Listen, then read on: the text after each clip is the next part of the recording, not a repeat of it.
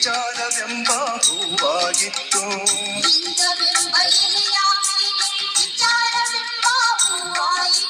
ಆಚಾರವೆಂಬ ಕಾಯಾಗಿತ್ತು, ಆಚಾರವೆಂಬ ಕಾಯಾಗಿತ್ತು. ನಿಷ್ಪತ್ತಿಯೆಂಬ ಹಣ್ಣಾಯಿತು, ನಿಷ್ಪತ್ತಿಯೆಂಬ ಹಣ್ಣಾಯಿತು.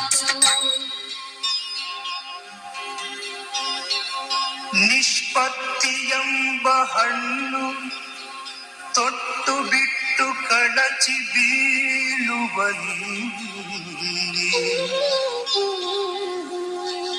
ಕೂಡಲ ಸಂಗಮ ದೇವ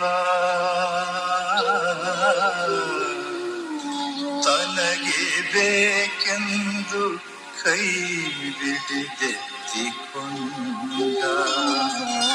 ಕೈ ಬಿಡಿದೆತ್ತಿಕೊಂಡ.